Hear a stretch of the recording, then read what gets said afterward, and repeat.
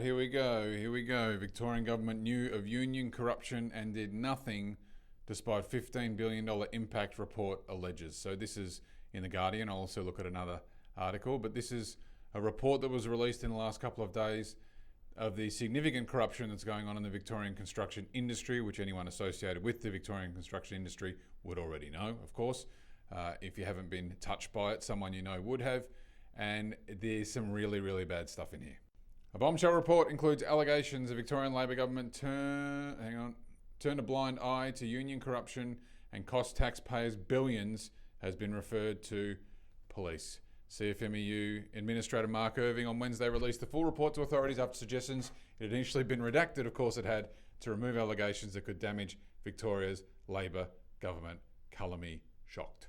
So Irving's the administrator and barrister, he's a KC, and the barrister Geoffrey Watson's final report had serious allegations of criminal improper conduct. These matters have not been determined by the court, fair enough, and tested through criminal proceedings. So for that reason, they've sent it to the AFP, Fair Work Commission, but the report had been released so that authorities could take, quote, whatever enforcement action they consider appropriate as CFMEU entered a new chapter.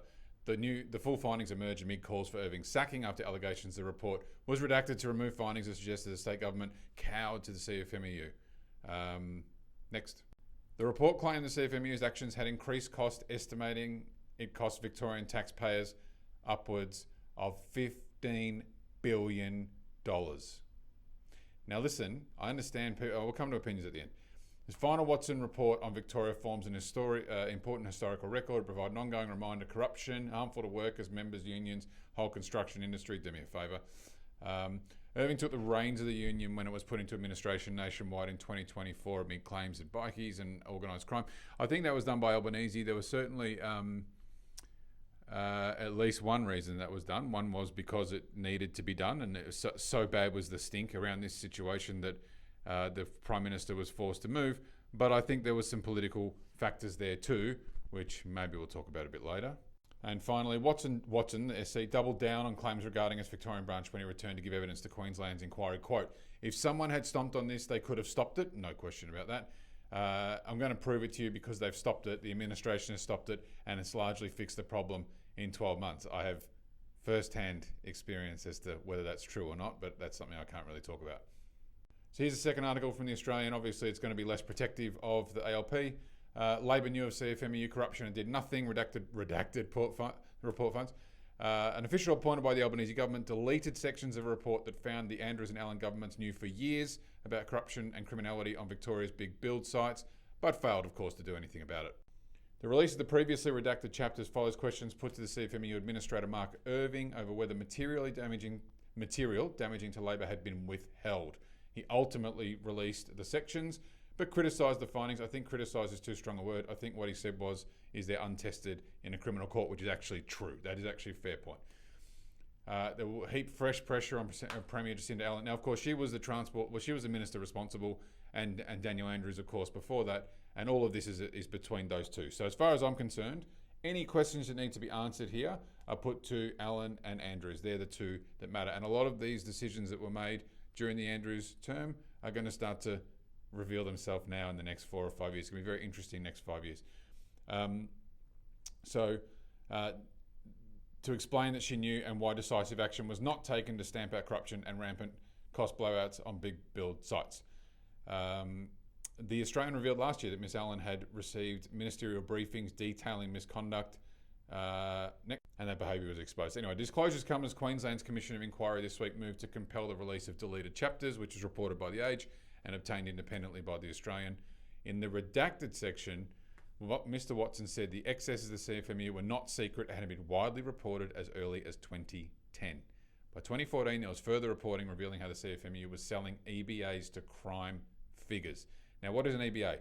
An EBA is an enterprise bargaining agreement where a group of workers or a company or a group of workers sign on to an agreement that guarantees their pay and has a whole bunch of conditions that the union controls and not the employer. So if you're employing someone directly, or you've got your construction people on site, you're employing them, there's no EBA. But if they're on some sites, and by the way, EBAs have some value. This is not an EBA itself is quite benign, but how it's used is a very different scenario. These were being used, according to this report, They were selling EBAs to crime figures. Victorians, God almighty, and no one cares, whatever, play on. Victorians have been aware for years that union had become extremely aggressive and this was causing delays and cost blowouts. If the press knew, the public knew. If the public knew, the government must have known. And of course they knew, obviously. Here's the point. Now, if you're getting a reaction, you're saying, well, because it's my team doing it, or I agree, or immediately it goes through the filter of, well, the other side does this. And yes, the other side does this, okay? Yes, the other side does this. And that should be enough for you to say, this is unacceptable. They have convinced you, me, anyone, that this is acceptable because it's your team doing it. Honestly, more to the point, as a guardian of public money, the government had a duty to know. It had a duty to monitor delays and cost blowouts. There is no doubt the government knew about the rising problem, but it is equally clear the government did nothing about it. They knew. This is a report. This is sanctioned by the Prime Minister.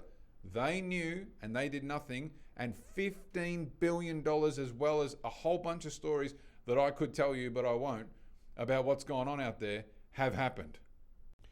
So just like the contractors, those in government fear that adverse industrial action, of course, if they don't do exactly what they're told by these guys, they'll shut down the sites. And if they shut down the sites, large parts of the big build, that is going to come at great cost. Now, to allow that to happen is diabolical. And that alone, that governance, that weakness, you should be resigning. Add to that the level of corruption that was known. This should be a cast not only of resignations, but criminal investigations and potentially criminal charges to the Prime Minister and Transport Minister of the day.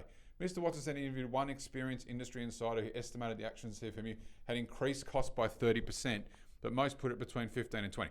What I can say is I know of first-hand situations where costs have gone up because of forced EBAs, by over 30%. And those fees are very opaque where that money goes. It's very hard for you or me on the outside or even signing up to know where some of that money is going. And there's going to be a real unwinding.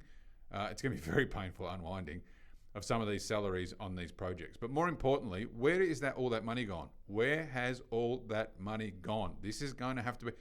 I know this is going to get swept. I know we're in the most corrupt state in Australia. But if someone does not put their finger out and start actually investigating this, it's going to be a catastrophe. It's going to be a catastrophe. Now, I want to make the point, just to finally finish this. The CFMEU, or a construction, forestry, mining, energy union, is actually essential. To have a union that protects workers in the construction and high-risk industries is absolutely essential. I don't want to send my kids out to a construction site without a union, a strong union that's holding some, corner-cutting builders who will be, if they're not held to account. Of course they will, human nature. These guys are running wild, of course they are, but so do other people, so do other sides of the fence. So if you want your kids doing apprenticeships, going out working as a sparky or a chippy and working on site, scaffolds, all this huge high build, you absolutely need a construction union that does its job. And what is that job? That is to protect workers' safety. That is to make sure that workers are being paid correctly and not ripped off, right? And that's it. That's it. No more, none of this enforcement, standover tactics, kickbacks to governments, all this sort of business.